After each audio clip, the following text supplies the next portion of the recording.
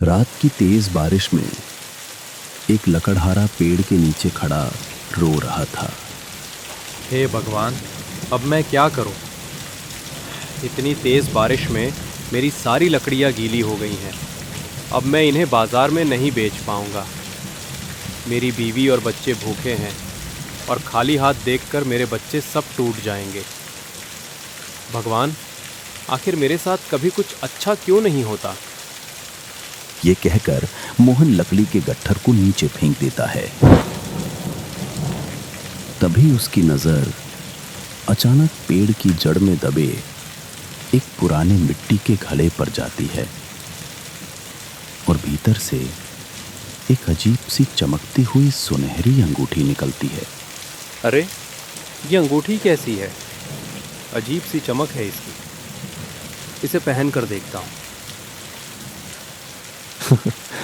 फिर मोहन वो अंगूठी पहन लेता है और कहता है, दिखने में तो ये अंगूठी बहुत अनमोल लग रही है।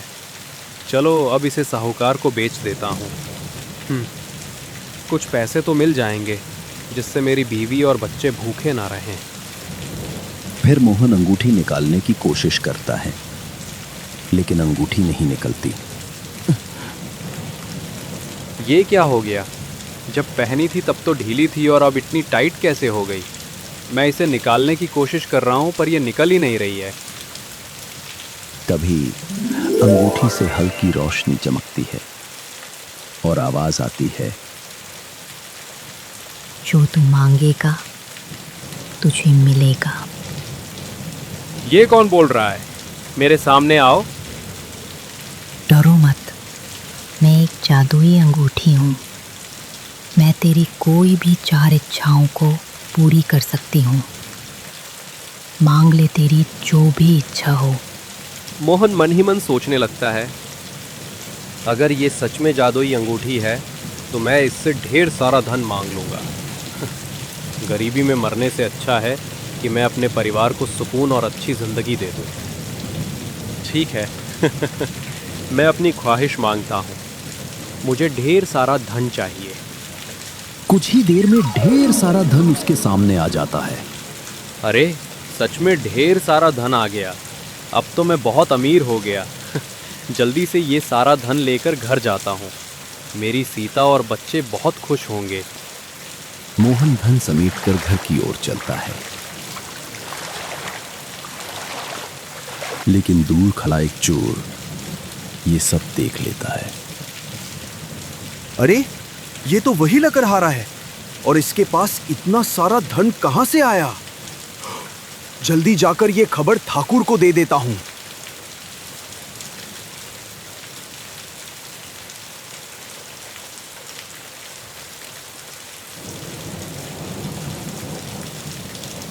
ये तो बहुत बड़ी बात है। हमें किसी भी कीमत पर वो धन हासिल करना होगा। अगर ये धन हमारे पास आ गया तो हमें चोरी और तकलीफ से आजीवन मुक्ति मिल जाएगी। चलो, आज रात ही हम उसके घर में चोरी करेंगे।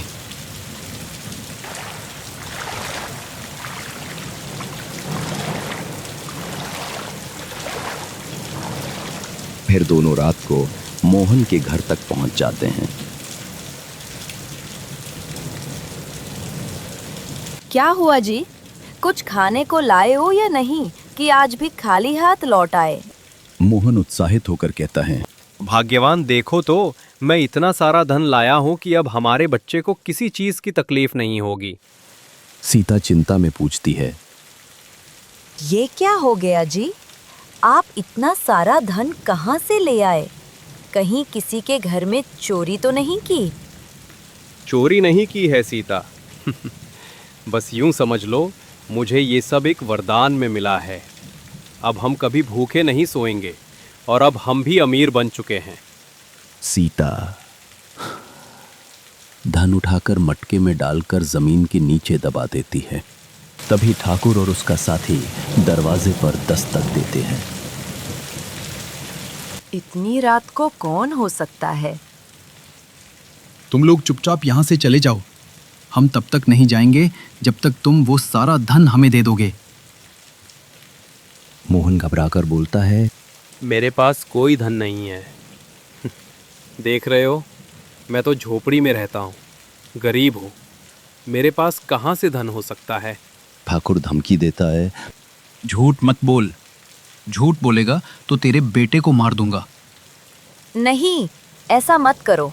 आप वह धन इन्हें दे दीजिए। हमारे बेटे से बढ़कर धन नहीं है। हम उस धन के बिना भी गुजारा कर सकते हैं। मोहन बिखर कर कहता है। मैं उसे नहीं दे सकता। एक बार गरीब बन चुका हूँ, दोबारा नहीं बनना चाहता। ठाकुर का आदमी राहुल के माथे पर बंदूक रखता है और ठाकुर धमकी देता है। अगर धन नहीं दिया तो तेरे बेटे को यहीं टपका दूंगा। मोहन फौरन पोटली लाकर ठाकुर को दे देता है। ले लो, ये सारा धन तुम्हें दे रहा हूँ, बस मेरे बेटे को छोड़ दो। ठाकुर पैसे लेकर और अर्जुन को पकड़कर चला जाता है। ये सब आपकी वजह से हुआ है। अगर आप वो धन पहले ही दे देते तो वो मेरा बेटा नहीं ले जाता। अब तो धन भी गया और मेरा बेटा भी। मुझे मेरा बेटा वापस चाहिए। आप कुछ भी करके मेरे बेटे को वापस लेकर आइए। मोहन अंगूठी से रोते हुए कहता है। हे जादुई अंगूठी, ये कैसी तेरी माया है। कुछ देर के लिए धन आया और अब धन भी चला गया और मेरा बेटा भी। अंगूठी शांत स्वर में कहती है। तुम्हारे पास अभी 3 इच्छाएं शेष हैं मोहन। बताओ, मैं तुम्हारी क्या इच्छा पूरी कर सकती हूँ? मेरी इच्छा है कि मेरा बेटा वापस लौट आए। यही मेरी दूसरी इच्छा है। पहले मेरे बेटे को वापस लेकर आओ, फिर मैं आगे सोचूंगा। तभी तेज रोशनी फूटती है और कुछ ही देर में अर्जुन वहीं पर वापस आ जाता है। अर्जुन, मेरे बेटे, तुम ठीक हो ना? लेकिन तभी अर्जुन अचानक चक्कर खाकर गिर पड़ता है। उठो बेटा, उठो। तुम्हें क्या हुआ है? अर्जुन बेहोश स्थिति में चला जाता है। सीता घबरा कर कहती है। ये क्या जादुई अंगूठी है? इसे उतार कर फेंक दो। हमें कोई वरदान नहीं चाहिए। हम जैसे हैं वैसे ही खुश रहेंगे। ऐसा ना हो कि एक दिन हम अपने बेटे से ही हाथ धो बैठें। मोहन बुरा मानकर बोलता है। मैंने बहुत कोशिश की इसे उतारने की, लेकिन ये उतरती ही नहीं है। मैं क्या करूं? अगले दिन गरीबी फिर से लौट आती है। मोहन अपनी झोपड़ी में बैठा रो रहा था। हे भगवान, क्यों हर बार मेरे हिस्से में यही दर्द लिखा है? थोड़ी सी खुशियां आई भी तो पल भर में छीन ली गई। बेटा बीमार पड़ा है, जेब में 1 पैसा नहीं है।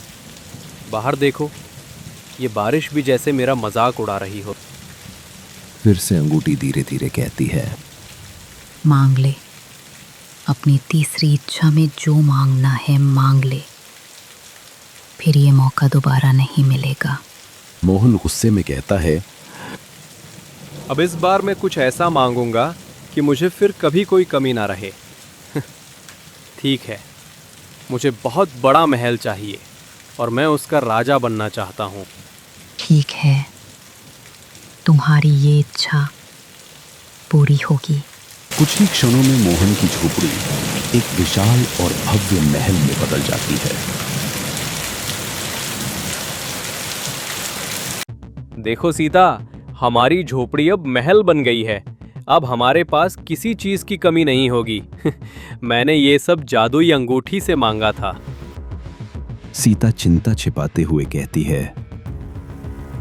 मुझे तो डर लग रहा है कि ये अंगूठी हमें किसी मुसीबत में ना डाल दे। मोहन उत्साहित था, पर पत्नी के मन में चिंता थी। दिन सुखद बीतता है, पर अगले दिन बाहर खबर फैलती है।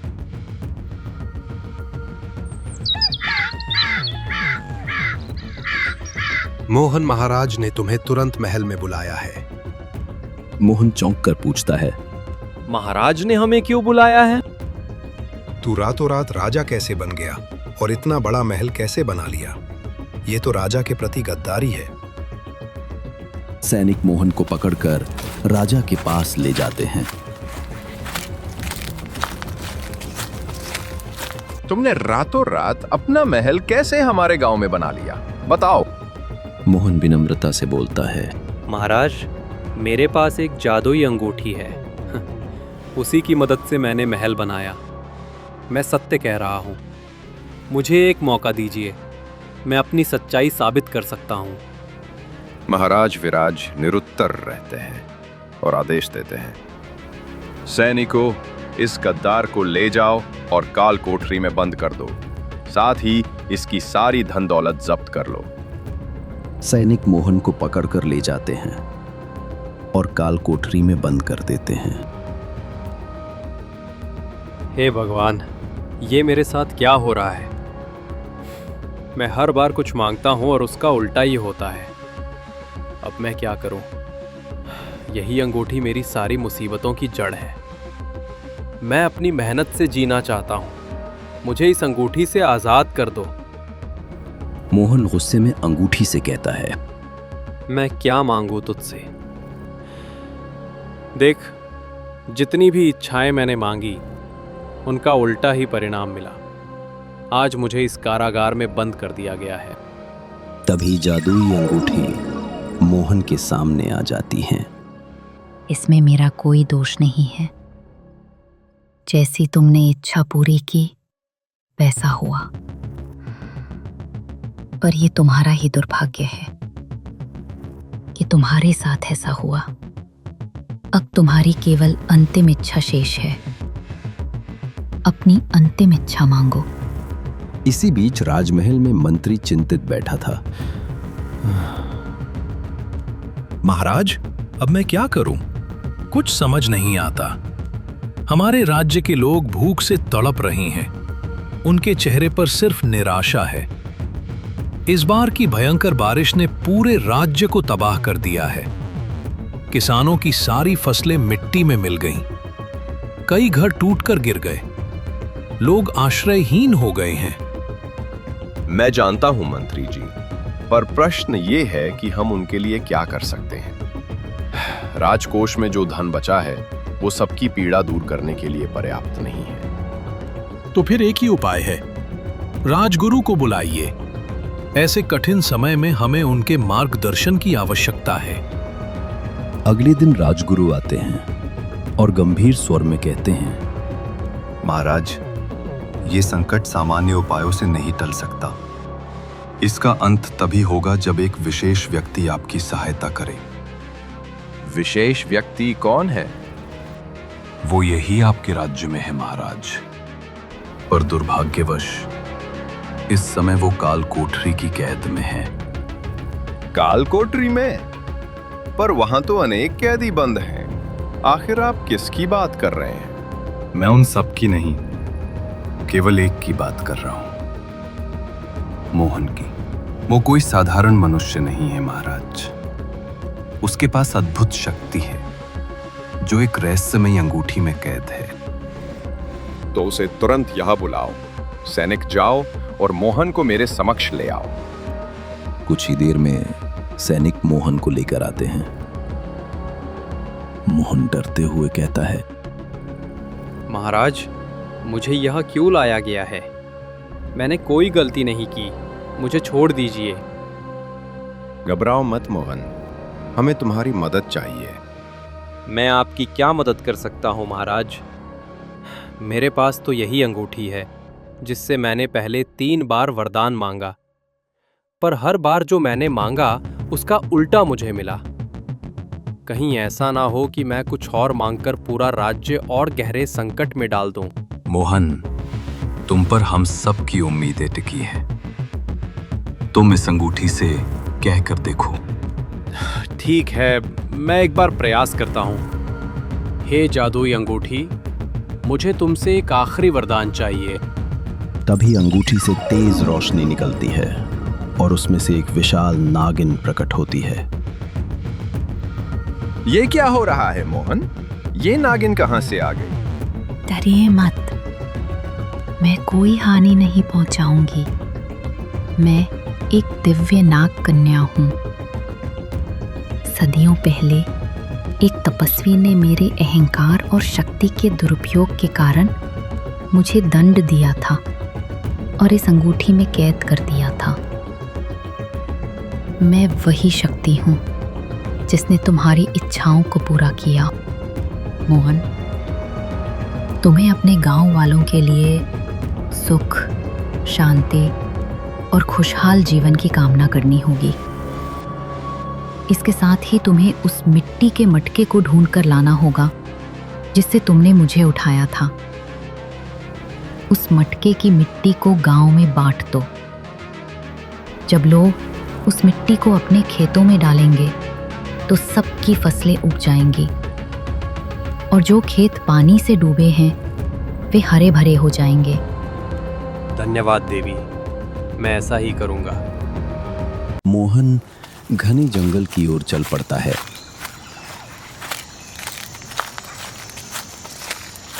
थोड़ी देर चलने के बाद वो पेड़ के पास पहुंचकर मटके को देखता है। ये रही मटकी। अब मुझे जल्दी से इसे लेकर गांव वालों के पास जाना चाहिए।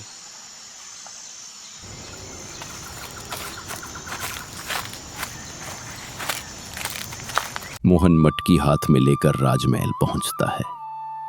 महाराज, ये देखिए, मैं वो जादुई मटकी लेकर आ गया हूँ।